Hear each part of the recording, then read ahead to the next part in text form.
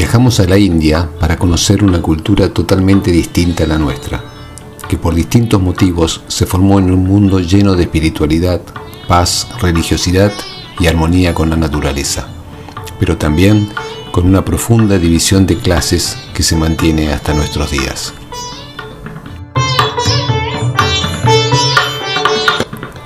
Antes de compartir con ustedes algunas de las maravillas que tiene este país, pensamos que sería importante contarles un poco de su historia.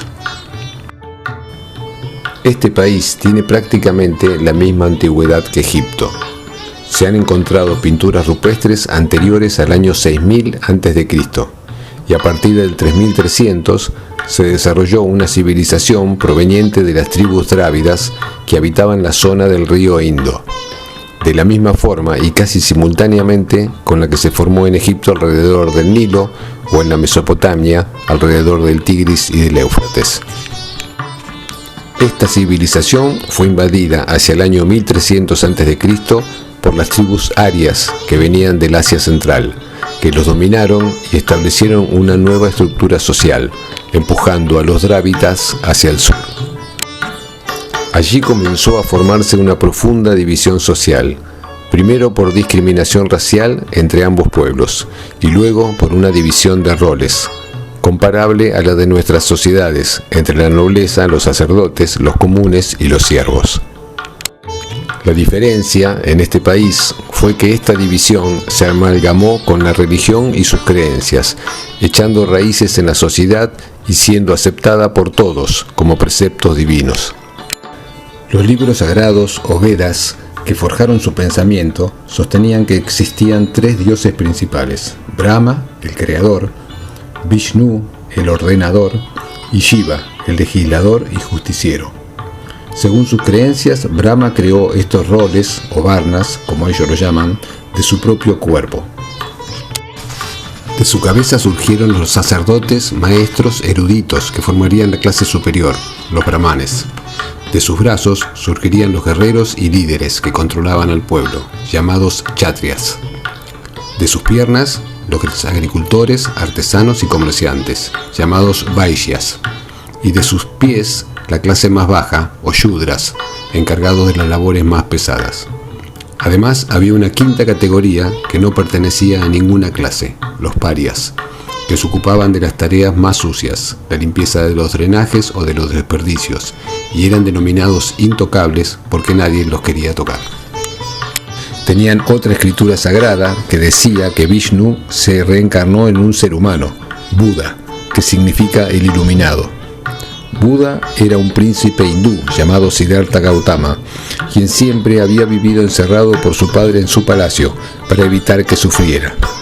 Al convertirse en adulto, decidió desprenderse de sus pertenencias y dejar su vida de lujos para meditar en soledad. Allí encontró la iluminación. Su principal conclusión fue que el sufrimiento proviene de los deseos que no podemos satisfacer, y la única forma de alcanzar entonces la felicidad y la iluminación es a través de la meditación y del control de los deseos. Profunda y decisiva conclusión que marca la primera contradicción con los principios de nuestra cultura occidental. Para Aristóteles solo hay una fuerza motriz, el deseo, y solo hay felicidad donde hay esfuerzo por conseguirlo. Para Aristóteles solo el deseo produce motivación. Y vale recordar que motivación proviene de la palabra latina motore, lo que te pone en movimiento, y es lo que impulsó el desarrollo de nuestra especie.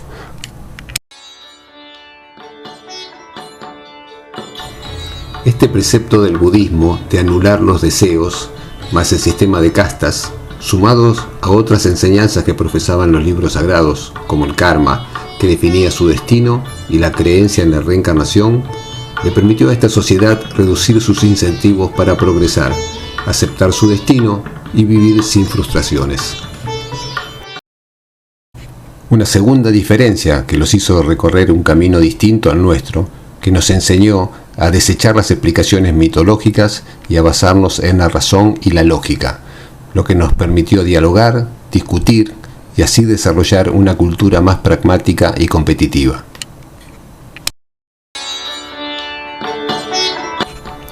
A pesar de tener una clase intelectual extremadamente capaz, la mayoría del pueblo es profundamente creyente y tienen miles de dioses. El hinduismo les hizo creer en la reencarnación y en que cada persona nace con su destino marcado, el karma, y ese destino está influenciado por los actos de sus vidas anteriores. Si se comportan bien, se reencarnarán en una vida mejor. Consideran que las vacas y los monos son sagrados, no pueden herir a otro ser vivo, tratan de vivir en armonía con la naturaleza y practican la virtud y la compasión. Uno puede ver gente extremadamente pobre, durmiendo y viviendo en la calle, sin ningún resentimiento ni envidia, cosa que no sucede en nuestras sociedades. O podemos ver pasear también vacas o monos por las calles, sin que sean molestados por nadie. Por eso, para visitar la India es importante estar preparados para entenderlos y poder interpretar su forma de vida. Esta división de clases se transformó en el sistema de castas que se arraigó profundamente en sus vidas y quedó establecida durante siglos como una ley rígida donde el que nacía en una casta no podía cambiar a otra y sus funciones iban pasando de generación en generación. El sistema de castas fue abolido oficialmente por la Constitución de 1950, después de la independencia del país, y los gobiernos posteriores han tratado de eliminarlo por completo a través de la educación gratuita, sistemas de cupos obligatorios en los colegios y universidades para las clases más bajas, pero, sin embargo, todavía es un sistema arraigado en la sociedad que sigue discriminando a las castas más bajas y diferenciando en las familias, las carreras o los casamientos. Como dijimos al principio, India tiene grandes maravillas que se fueron construyendo a través de los siglos, cuando fueron dominados por varios imperios que aprovecharon su espiritualidad y su pacifismo para dominarlos. Una vez establecidos los arios hacia el año 500 a.C., el emperador Chandragupta logró la primera unificación de India, en el llamado Imperio Maurya, que fue la que estableció el hinduismo como la religión principal basado en los libros sagrados Vedas. Hacia el siglo VIII comienzan a ser invadidos por las tribus musulmanas y ya en el siglo XII llegan a dominar el centro del país, estableciendo el sultanato de Delhi. Allí el sultán Aibak construye la mezquita Qutb en el año 1190, cuyos restos podemos admirar hoy, con el minarete de ladrillos más alto del mundo. Aquí se empiezan a fusionar el estilo hindú con el musulmán, ya que se cree que la mezquita se construyó con partes tomadas de 27 templos hinduistas y jainistas destruidos por Aibak.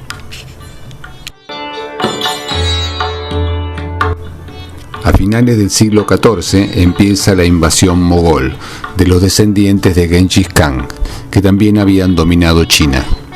Ellos se convierten en musulmanes, pero no tenían interés en imponer su religión y permiten que el hinduismo se siga practicando. La tumba de Humayun es un complejo de arquitectura mogol en la ciudad de Delhi. Fue iniciada aproximadamente en el año 1570 por su esposa, 9 años después de su muerte. El complejo está considerado por la UNESCO como Patrimonio de la Humanidad desde el año 1993, ya que es una de las primeras muestras del arte arquitectónico mogol. Está construido con arenisca roja a la que se le añadieron detalles decorativos elaborados con mármol blanco y negro. La tumba de Humayun es la primera que puede considerarse como una tumba jardín, por eso está considerada como la precursora del Taj Mahal. La mezquita Jama Masjid fue construida por el emperador mogol Shah Jahan entre 1644 y 1656. La mezquita tiene 3 grandes puertas, 4 torres y 2 minaretes de 40 metros de altura, construidos a franjas de arenisca roja y mármol blanco. El patio puede alojar a más de 25.000 personas.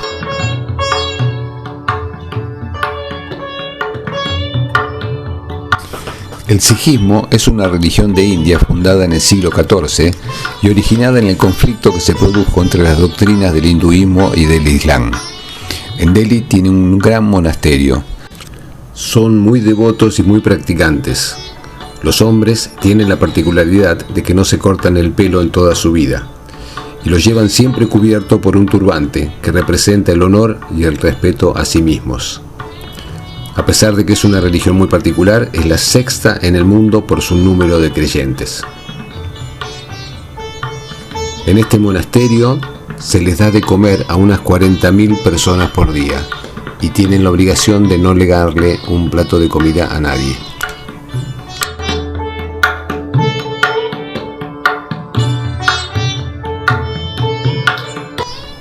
De Delhi viajamos a Jaipur, capital del estado de Rajasthan en la India. La ciudad fue construida en estuco rosado para imitar la arenisca. Pero en 1905 el príncipe de Gales visitó Jaipur y para darle una bienvenida correcta se decidió volver a pintar los edificios de la ciudad de color rosa. Desde entonces este color se considera un símbolo de la hospitalidad de Jaipur. Fue fundada en 1728 por el Maharaja Jai Singh.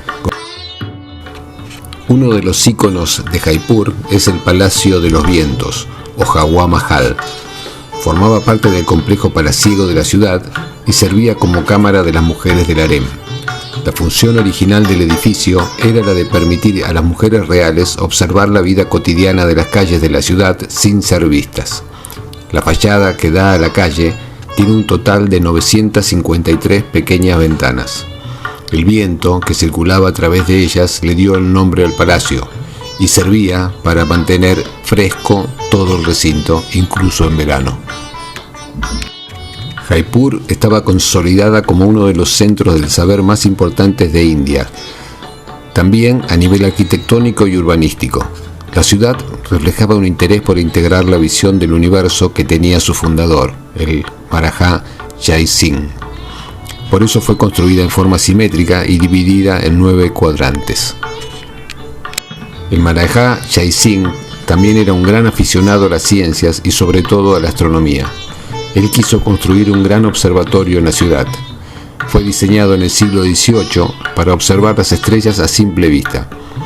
Así reunió un grupo de sabios indios con el único propósito de erigir un espacio monumental para estudiar los movimientos del cosmos, en donde se pudieran observar los movimientos de los cuerpos celestes a simple vista. El fuerte de Amber es un conjunto palaciego situado en la ciudad de Amber, a 11 kilómetros de Jaipur. Está ubicado sobre una colina e inicialmente era un complejo dentro del fuerte de Amber original. Por eso está rodeado por una muralla y un lago, lo cual lo deja bastante protegido ante la posibilidad de ataques.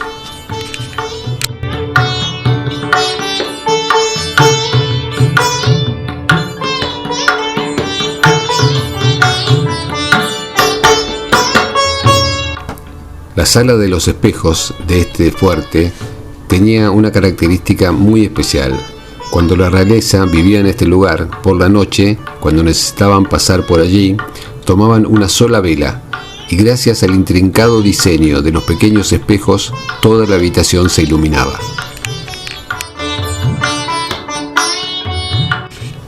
Una de las características más interesantes del fuerte es que se puede subir a la colina en elefante. Durante el paseo se pueden admirar las hermosas vistas de Jaipur, del lago y de la muralla original de la ciudad. En la actualidad hay una controversia por el uso que se hace de los elefantes, pero como dijimos al principio, juzgarlo con nuestros ojos occidentales sería un gran error.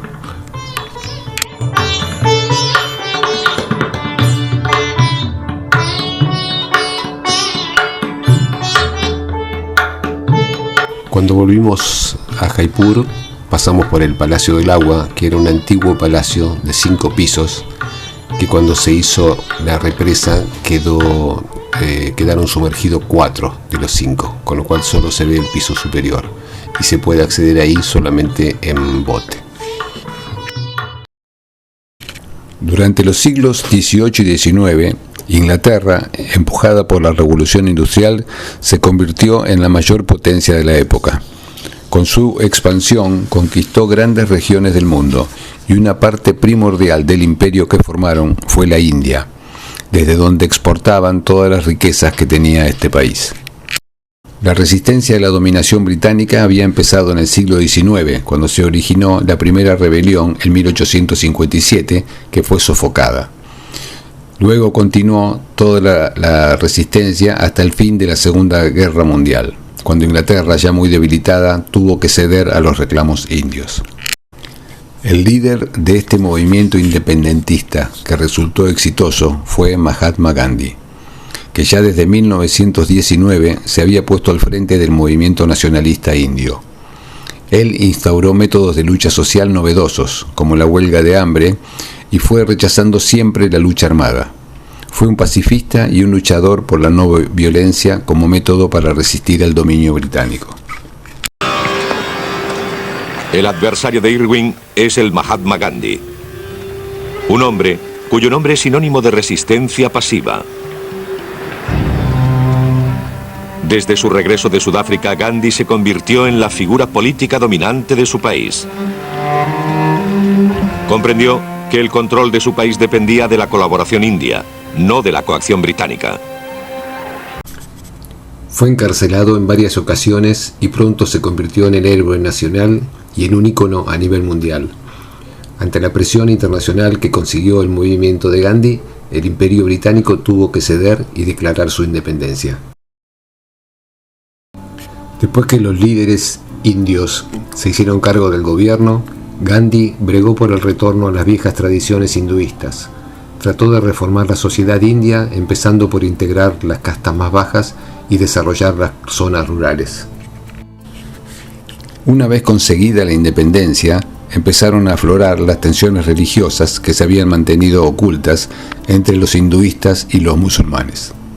Gandhi desaprobó esos conflictos religiosos, defendiendo a los musulmanes que vivían en el territorio indio, pero no tuvo éxito, y el proceso terminó con la división del país entre Pakistán, donde fueron exiliados todos los musulmanes, y la India, donde quedaron los hinduistas. A un año de haber conseguido la independencia, Gandhi murió asesinado por un fanático integracionista hindú, el 30 de enero de 1948, a la edad de 78 años. Sus cenizas fueron arrojadas al río Ganges.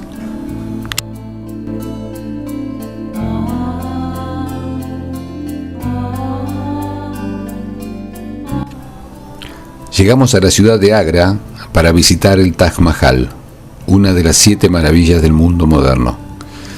Es difícil describir lo que uno siente al verlo. A nosotros nos pareció maravilloso, y la historia que lo envuelve es realmente conmovedora. Fue mandado a construir por el sultán Shah Jahan, en homenaje a su mujer amada, que había muerto al dar a luz a su 14º hijo. El sultán quedó tan desconsolado que decidió hacerle la tumba más espectacular que haya existido, solo para recordarla. Es descrito por un poeta indio como una lágrima en la mejilla del tiempo. El Taj Mahal es considerado el más bello ejemplo de un estilo que combina las arquitecturas islámicas, persas, india y turca. Aunque el mausoleo cubierto por la cúpula de mármol blanco es la parte más conocida, el Taj Mahal es un conjunto amurallado de edificios que ocupa 17 hectáreas y que también incluye una gran mezquita y una casa de invitados y jardines. Tardaron 20 años en construirlo y emplearon, según dice la historia, 20.000 obreros. Cuando Shah Jahan, muy enfermo, se rindió a los ataques de sus sucesores, fue arrestado en el cercano fuerte de Agra. La leyenda cuenta que pasó el resto de sus días mirando por la ventana al Taj Mahal. Después de su muerte, en 1666, fue sepultado en el mausoleo, al lado de su esposa, generando la única ruptura de la perfecta simetría de todo el conjunto.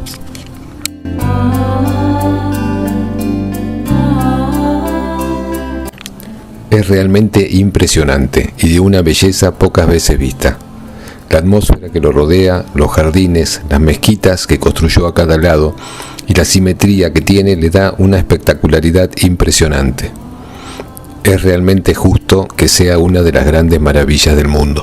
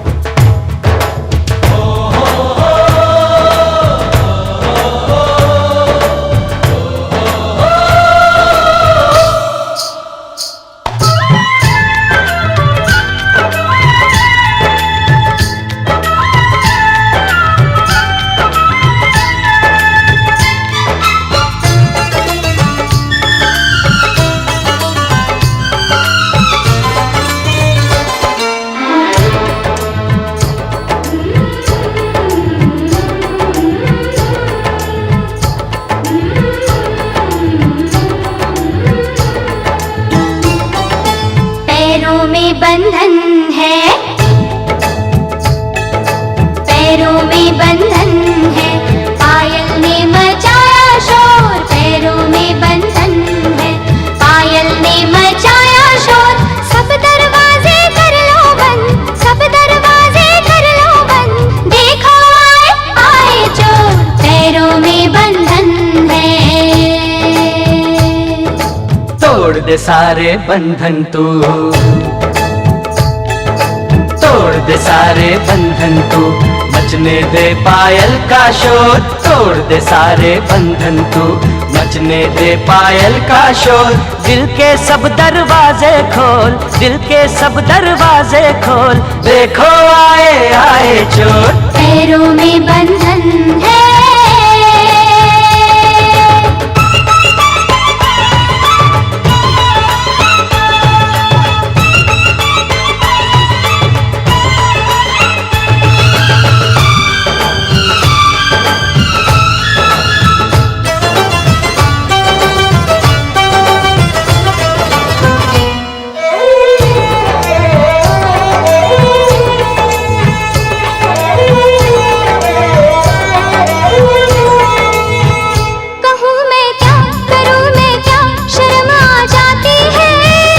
यूं तड़पा के मेरी जान निकलती जाती है। तू आशिक है मेरा सच्चा, यकीन आने दे। तेरे दिल में अगर शक है तो बस फिर जाने दे।